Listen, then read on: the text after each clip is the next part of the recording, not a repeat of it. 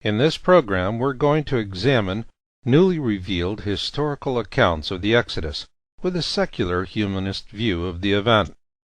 This alternate account of what happened during the Exodus was written by the Egyptians at about the same time the Hebrews were writing the Torah, or Old Testament. When it was first penned in ancient Egyptian hieratic, this account was called the Great Book.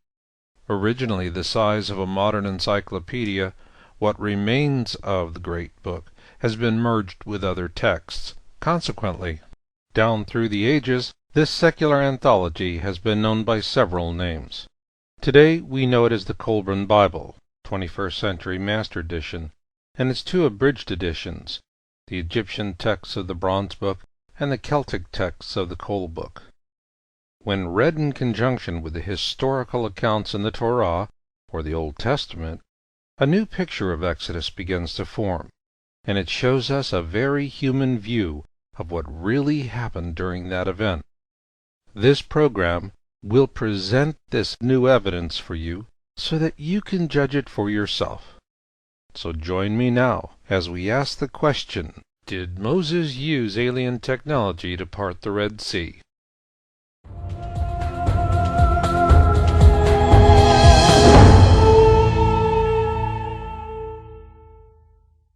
In the Kolbrin Bible, the Egyptians do not refer to Moses as a prince, but as a priest prince, which is altogether different from simply calling him a priest or a prince. As a priest prince, Moses had unfettered access to any place in the land of Egypt he chose to visit, such as a royal arsenal or a temple. Keep in mind that the secular chasm, which first grew between scientists and theologists during the Renaissance, was totally absent in those times. In the time of Moses, a priest was both a scientist as well as a theologian, and what the ancient Egyptians called magic is what we now call science. A priest prince, like Moses, would have had access to vital state secrets and devices. He would likewise have had unrestricted access to Egypt's mystery schools, where he would have learned how to use those secret devices. He also would have had unrestricted access to secret historical texts, with their accounts of past events and prophecies of future events to come. Now consider this. Egypt during the time of Moses was not a third world banana republic by any means. In fact, it was the most powerful and technologically advanced nation of that time, and Moses, a Hebrew infant rescued by an Egyptian princess, grew up with the finest education and military training available at that time. So what would have Moses learned? He would have learned about the destroyer and the harbinger signs of its return. He would have learned about the alien technologies the pharaohs used to help build the pyramids as well. While some may balk at the notion that alien technology was used, how else can we explain a level of precision in the pyramids that cannot be duplicated with our most advanced modern technologies? So then, which is more alien? A historical fait accompli we could neither explain nor duplicate?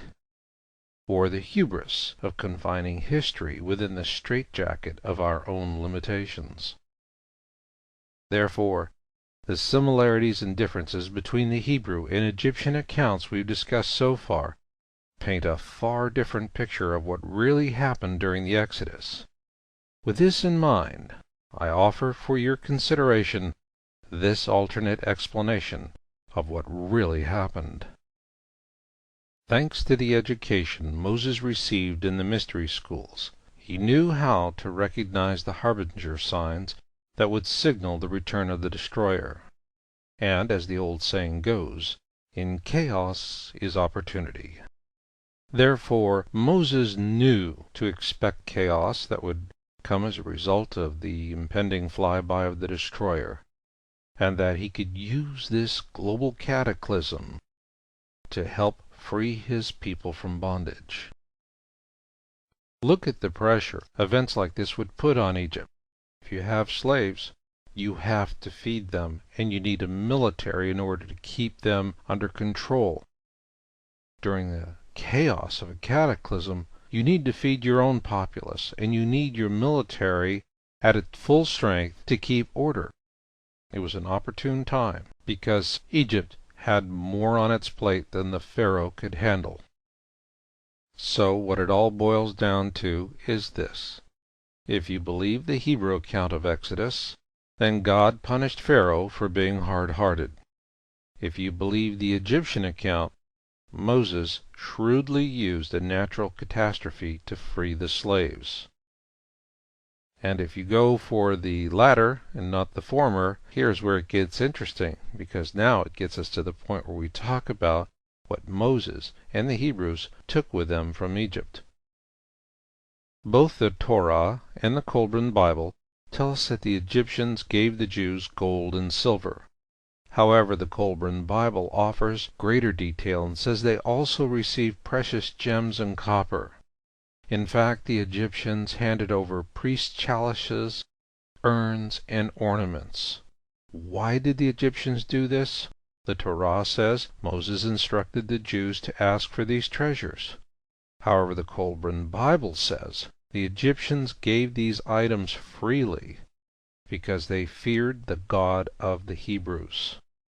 This was a critical admission by the Egyptians, for in the midst of this crisis, the mainstream of Egyptian society saw their gods as bankrupt and impotent in comparison with the one true God of Abraham, to which the Hebrews prayed. After Moses departed with the Hebrews and many Egyptians who chose to follow this rogue prince of Egypt, the Kolbrin Bible tells us the Egyptian people begged Pharaoh to bring them back to Egypt.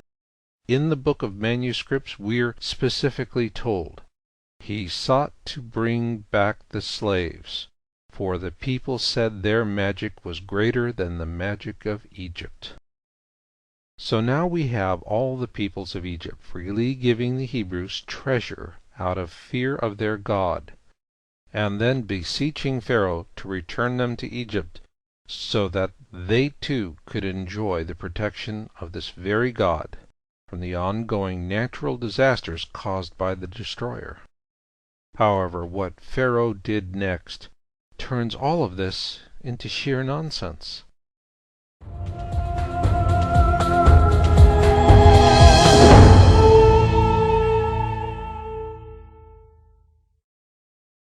By the time Pharaoh and his army caught up with Moses and the host he led, the waters of the Red Sea were parted, and the host was crossing a land bridge on the seabed.